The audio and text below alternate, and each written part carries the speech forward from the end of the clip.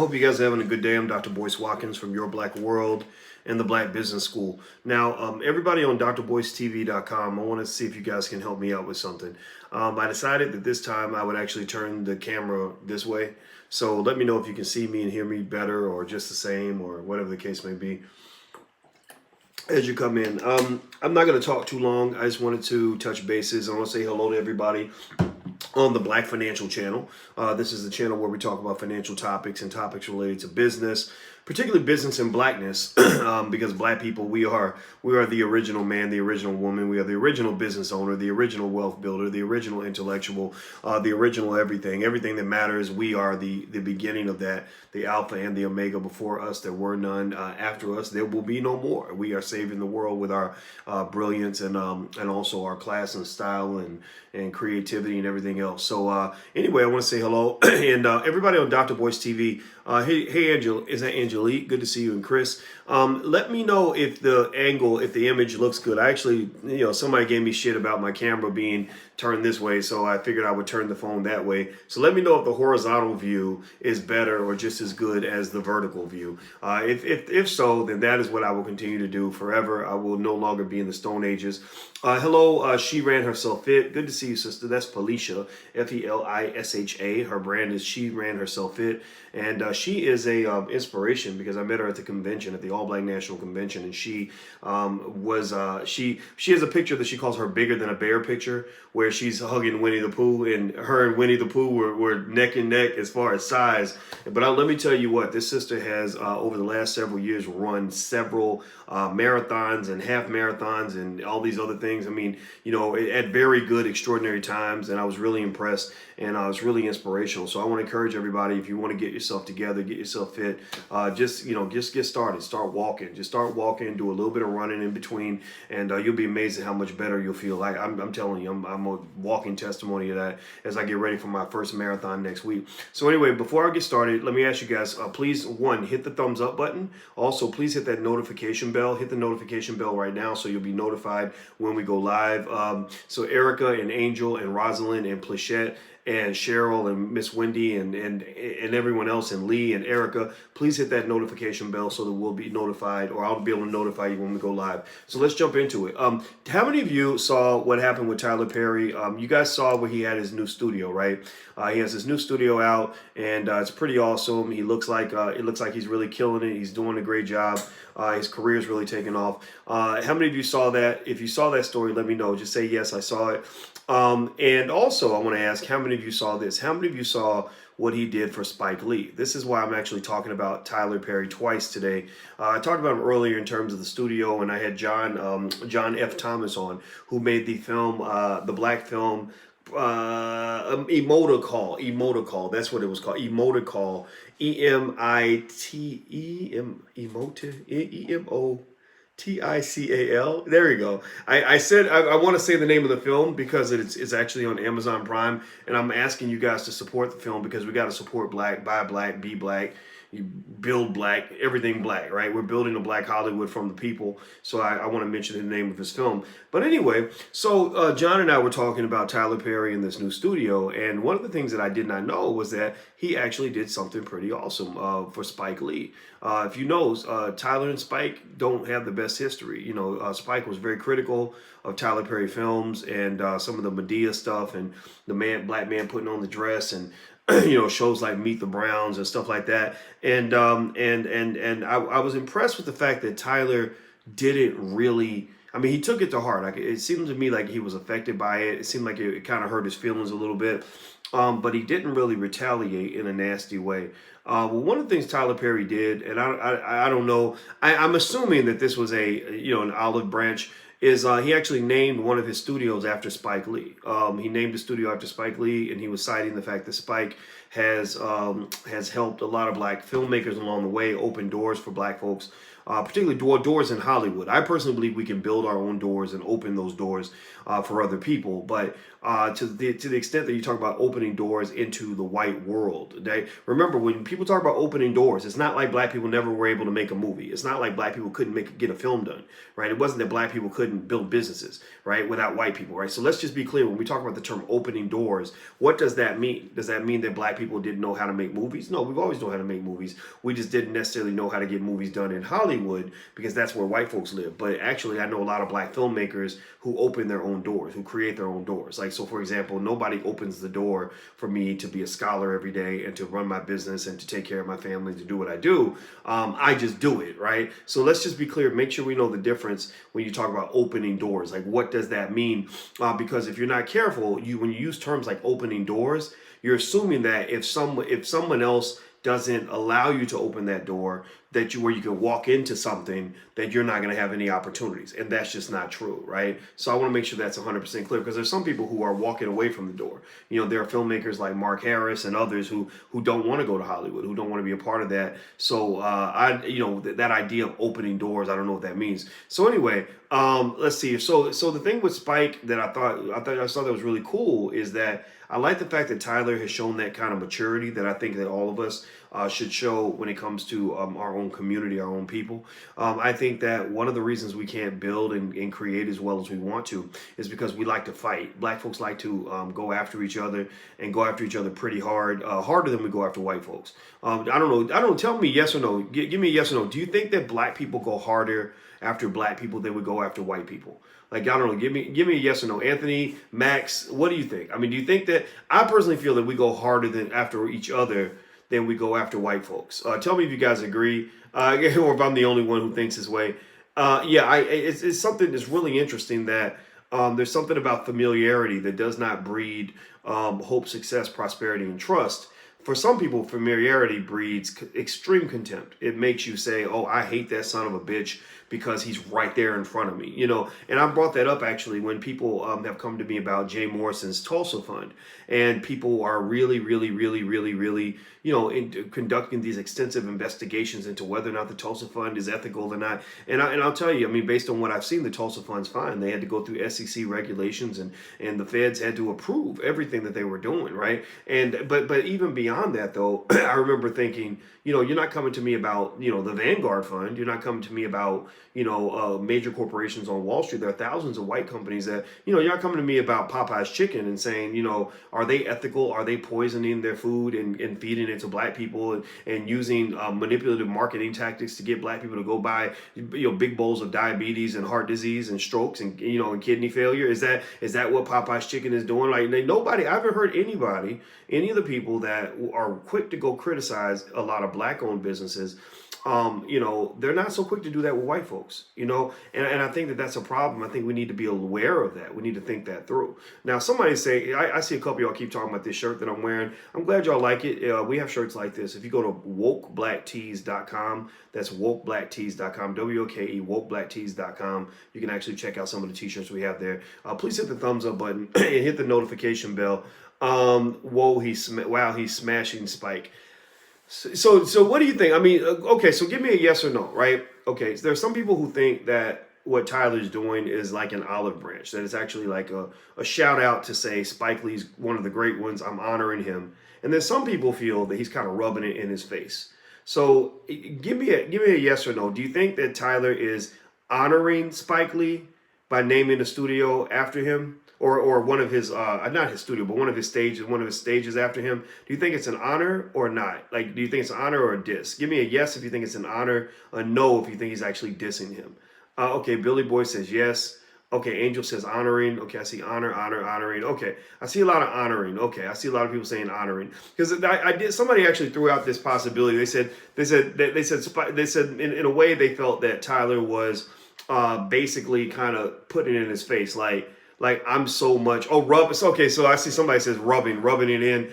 I kind of wondered about that. If it was sort of like, I'm going to show you that I'm a bigger man than you. I'm going to show you that, now I'm the boss. Now in fact, you're so insignificant to me that I'm going to throw you a breadcrumb, or I'm going to throw you this little thing. One of my 50 stages I'll name after you just to show people that I'm better than you. I don't know. It's kind of interesting because Tyler Perry, I think he's a very nice guy. I mentioned it earlier. I've only talked to him one time though, but the times I've interacted with him, he was always very gracious. On the phone, he was very gracious, and also he was gracious enough to get his number one guy that was running the whole studio to come in on a Sunday and give me a 2-hour tour of his old studio, which was absolutely amazing.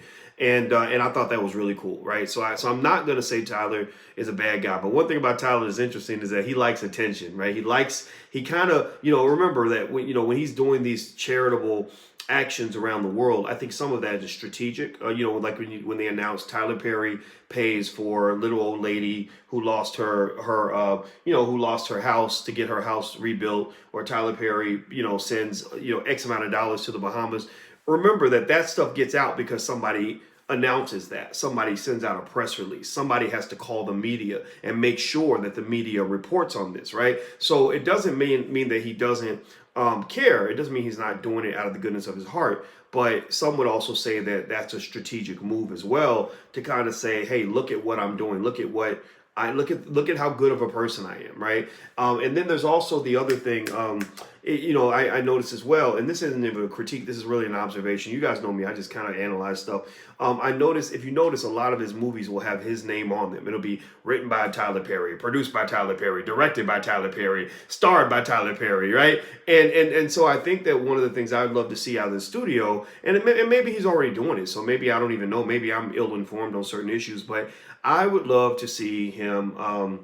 I would love to see him. I would love to see like another Tyler Perry come out of Tyler Perry Studios, if you know what I mean by that. Like, I'd like to see 4 or 5 well-respected, well-known mega stars that we didn't know about, writers we didn't know about, directors, producers we didn't know about. Because one of the things that Tyler is kind of getting pushback on, which I don't know if this is fair or not, I have to think about this, is a lot of the unions are kind of upset. They feel that he doesn't pay his people as well as they would get paid in Hollywood. But in a way, at the same time, though, I think that I don't think he's working with the same resources that Warner Brothers and all these other studios are working with. And so, honestly, I would argue, based on what I've seen, that the world is better off with him doing what he's doing than it would be if he wasn't doing what he's doing. So, maybe he can't pay as much as they pay in Hollywood, but he's creating opportunities for people. And I personally can tell you, we've got our film division, Boyce Watkins Films. It ain't Tyler Perry Studios,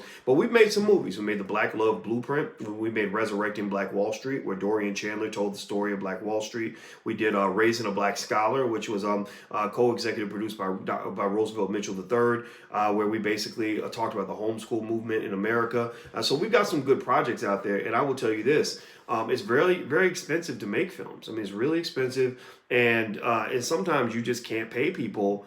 You can't pay people what Hollywood pays. So somebody will come in and they'll say, "Oh, well, the white man pays me 10 times more than what you pay," and I'm like, "Yeah, that's because he can go to the bank and get a loan for $500 million to fund the rest of his projects."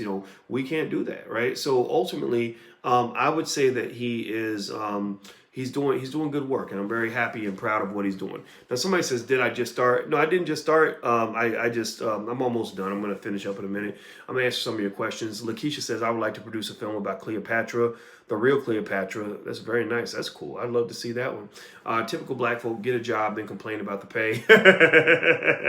Well, I wouldn't call it typical black folk, but I would say that it would be beneficial to society if every worker or creative person was required to take classes in business to know how hard it is to run a business. That would be good, because then the negotiations would go better. But every business person should be required to understand what workers go through, and what and understand socialist philosophy in terms of how the working class sees the world, right? Because a lot of times CEOs get up here and they're making all their money, and they have very little compassion for working for workers. They don't even care about them as stakeholders in the company, which is obviously an issue. But at the same time, there are some situations where people form unions and all that, and they squeeze the company dry to the point where the business owner says, to hell with this shit. I'm out of here. I'm going to close down the whole company because I can't afford to pay you all that money. A lot of automobile companies are struggling because they were pressured into insane deals on the pensions and all this other stuff, and they're like, we can't pay this. We're going to have to go out of business. And I've seen that, right? As a business owner, I've seen that where somebody was complaining about how much money I paid them, and I'm like, that's all the money we got. Like, we gave you everything we had. Like, how much money do you think that we have? So sometimes it's not fun to be the boss. When they say there's a cost to being the boss, the cost is big. The cost is that people expect things from you that they would never expect from themselves. So when I have 5 or 10 or 20 people that are friends of mine, where I've helped them out and hooked them up and given the money or whatever, none of these people give money to me. None of these people ever say, "Hey, Boyce, you need to borrow some money, man. I got, I'll loan you what I got." Like, you don't have friends like that. Everyone comes to you and they say, "I need money. I need money. I need money. I need money." And then you give them money and they say, "You gave me $5,000. I deserved $8,000. You stole $3,000 from me," right? So ultimately, I can understand when it comes to Tyler Perry and what he's going through as a business owner. I have a lot of respect for it. I think that there's a lot that you can learn from it. I think that it's a challenge that he's gonna face bigger challenges as he goes along, and I think he's gonna be great. But at the same time, I think also you should pay attention and figure out how you're gonna also shape your own life off of this. Now let's see here. Real talk, but stop handing the money when you find that out. I agree, Four Devils. You're 100% correct. I talked to a guy. I have a friend who started a small company that eventually took off, and they got to the point where they were making a lot of money. They were making I think $20 million a year at one point. And one thing he told me was, he said, when I started making a lot of money, I started paying my friends. I brought in cousins and stuff like that. People had GEDs who were making $250,000 a year from me because I really wanted to take good care of them. And I thought that my friends that I took good care of would be the ones who, took care of me. If I needed them to do a favor for me, they'd have my back. And he said that what happened was they had a big crunch. The economy changed, social media algorithms changed, and their revenue dropped from 20 million to like 8 million, right? So you're talking about a big plummet in revenue. So what he did was, he said, I didn't want to let anybody go. So he went to people and said, "Hey, can you take a pay cut? Because we just don't have the money. I can't afford this anymore." And he said that the people that cussed him out the worst were the people that he paid the most. And a lot of times that's really a reminder that money is a drug. You start giving people lots of money, they get addicted to the drug. And then when they get addicted to the drug and you take the drug away, they start acting like a drug addict. They're going through withdrawal. Like, wait a minute, I got bills to pay. I got bills. Because you've either got black people who have the builder owner mentality, or you got people that have the worker spender mentality. So I'm making $5,000 a month, or 10 grand a month, 20 grand a month. I'm spending 20 grand a month, and I need that money to make payments on my Porsche, on my house, on my vacation, timeshare, whatever it is that I have. And you're kind of like, wait a minute, man, that's not my responsibility. I was just trying to help you out, right? So really, when you become a business owner, for you guys that become business owners, actually, how many of you in here have a business? In fact, if you have a business, shout out the name of your business. How many business owners do we have in the room? If you're a business owner, say something. In fact, we're actually putting together a Black business directory where we're going to actually list as many Black businesses as we can all throughout the United States, in every city. And we want to turn that into a searchable database so that people in different cities can find Black-owned businesses. So that's one of our big projects we have going on right now in the Black Business School. We're going to call it the Black Business List. That's going to be at theblackbusinesslist.com. So who knows, maybe by the time you see this video, if you're watching the recording, you'll see it later. You'll see it by then. Okay, so I see some of your companies in here. O'Shea, how you doing, O'Shea? Erica is in insurance. Cheryl is Cheryl Lynn Apparel, LLC. Jamal Harris, I'm working on it. Good for you. Keep working. Don't give up. Erica Abrams, Legacy 42 Insurance. Trey has Nay Plus Fitness. Senior Keepers In-Home Care for Stephanie. Let's see here. Who is it? Let's see. Cornelia says they were comfortable and probably overspending. That's true. I mean, a lot of Black folks overspend, and they don't understand. Unfortunately, people who are raised in a worker laborer environment growing up, who don't really care about owning things, who only care about income, they don't always have. I think that what you could be missing in that kind of environment when you're raised that way is you're missing the concept of risk. Risk is interesting. I was listening to a TED talk about this perception of risk and security, and the guy was talking about risk as, like, he said, you have the real insecurity and you have imagined insecurity. Like, you can feel insecurity when you're really secure, but you can feel secure when you're not secure, right? And then sometimes, but ideally, you want to feel secure and actually be secure, meaning that financially You feel secure because you are secure, right? You're making good money, and you're comfortable because you're making good money. But what people don't think about is that there's another level, right? There's not just feeling secure and being secure. There is there is also the third dimension of security is not just feeling secure and being secure. It is the security of your security, meaning, as secure as you are right now, you may not always be that secure. So right now your income might be very secure, but things change, right? Your prospects in the job market change, opportunities change, the economy changes, your portfolio changes, the stock market changes, the real estate market changes, your life changes, your health changes, right? So the thing is that you might be able to, in a snapshot in time, talk about where you are, in terms of economic security, but you don't know what the future holds. And a lot of us don't think about that, which is why we think it's okay to live in a white supremacist society where you're dependent on a white man to pay your bills, and you're feeling safe with these white folks controlling your economic security, right? And I think that that is actually a risky thing to do. Now, somebody keeps asking. I saw somebody else was asking about this shirt. Y'all been asking about this shirt all day. It's wokeblacktees.com. WOKE wokeblacktees.com. So go to wokeblacktees.com. There's a bunch of shirts over there. Feel free to go check it out. Also, don't forget, I'll be in New York on October 27th doing a day-long investing seminar. We've got a wide range of different passes you can purchase, and also it's a great investment. You're gonna love it. If you're not happy, there's a 100% money back guarantee, but everyone loves it. Like, their reviews on on the seminars are really, really good. So you're gonna really like it. Let's see here. Let's see, Boyce. What do you think of Congresswoman Katie Porter telling? Shoot, man, I lost your question. I'm sorry.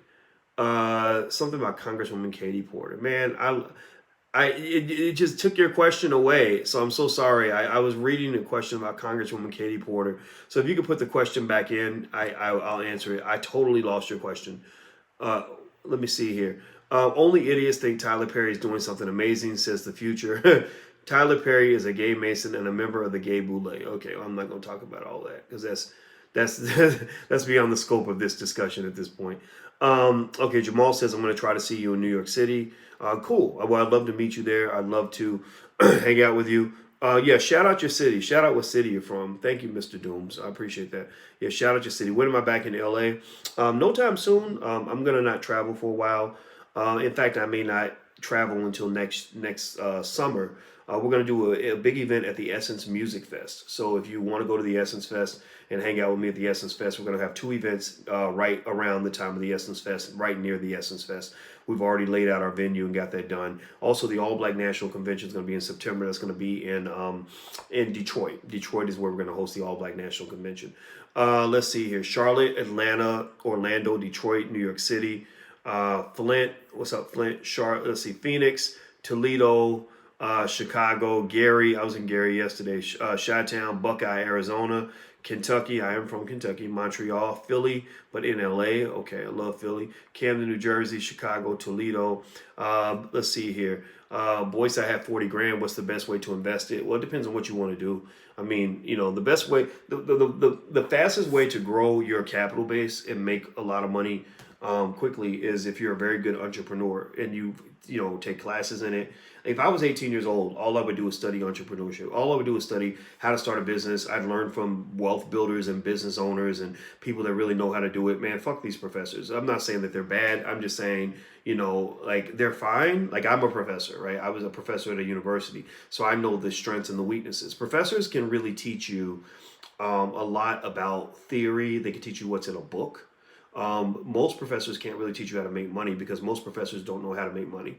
Most professors also don't know, many of them have never even worked, in a corporation, but they know the theories. So the theories are great, right? But, I don't know if I have a choice. I can say I gained more from learning from people who actually knew how to do it.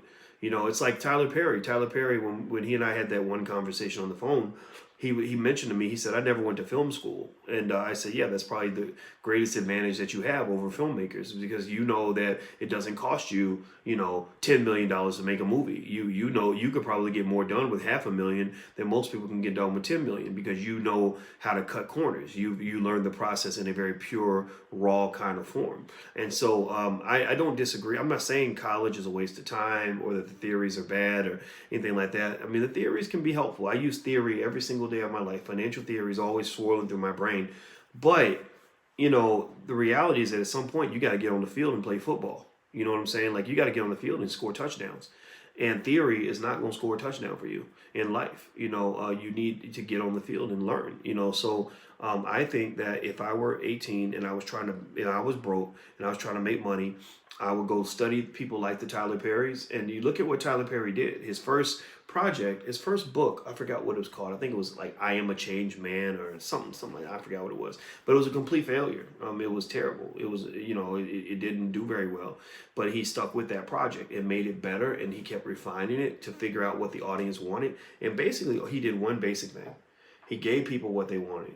Right? He figured out what people wanted, and he said, okay, this works, rinse and repeat. It's like a basketball coach. Okay, we're scoring with this guy. Keep giving him the ball, because that's going to be where we're going to get our points. He's a three-point shooter. Let's keep getting him open on the perimeter so he can shoot threes, right?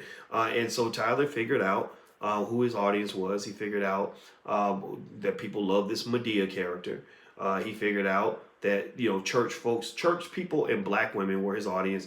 He figured out that the films that was going to make his money on would be family films and films that involve church and things that appeal to black women. African American women are his number one demographic, and African American women are the best consumer group to market to in America because they have lots of disposable income. Unfortunately, a lot of black women aren't getting married, but they're making a lot of money in corporate America. So they're a lot like the gay community, the LGBT community. They don't have kids and all this other stuff to spend money on. So they have a lot of disposable income. Well, African American women, so some of them have kids, some of them don't. A lot of them, in their 30s aren't married, and their incomes are very high. They're also a very intelligent, very loyal customer base. And if they like you and they like your product, they'll spend whatever for it, and they will be consistent about it, right? They're just very sticky in that way. So with Tyler Perry, he just pretty much, if you go look at his string of films and projects, he's tried stuff outside of his typical, Medea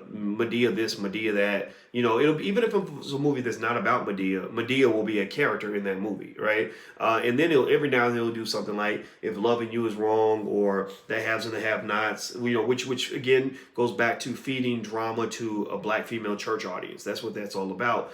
And he knows where his base is. But when he's deviated, like he tried to do Alex Cross, which was a lot like almost like Die Hard, I think. I gotta go watch it. It looked like a decent movie, like the kind of movie I would like, because I'm a dude. I like action flicks and all that. And Alex Cross did not do very well because it didn't have an audience base. So ultimately, I think that he's figured out his formula. And so I say for you, figure out what your formula is going to be. Hopefully, we won't have 10 million black men running around here trying to put on dresses so they can make money. But there is something out there. There is a niche for you and for your business. And I think that understanding that basic thing, that basic idea, will allow you to shape your brand and develop your company that in a way that'll help you build wealth for your family. Okay, so you can learn from Tyler, but you ain't gotta be like Tyler, because I don't think, again, I don't want to be Tyler Perry. I don't want to put on a dress. I don't want to do Medea. That's not my thing. But at the same time, the man, I think deserves to be commended for the fact that he's keeping it black and he's doing this for the community, it seems, and I respect that. All right, so anyway, I'm gonna go hit the thumbs up button, please, and hit that notification bell before you go. Also, don't forget I'll be in New York next October 27th. So if you want to come to New York, go to drboycenewyork.com. That's drboycenewyork.com. We'll be doing this the whole day. Small group of like-minded, intelligent black people that you can build with and network with and form investment clubs with. And also, if you want to go check out the Black Business School and want to learn business for your family, go to theblackbusinessschool.com. THE, that's theblackbusinessschool.com. So I'll see you guys soon. Take care and have a good night. See you soon. Peace.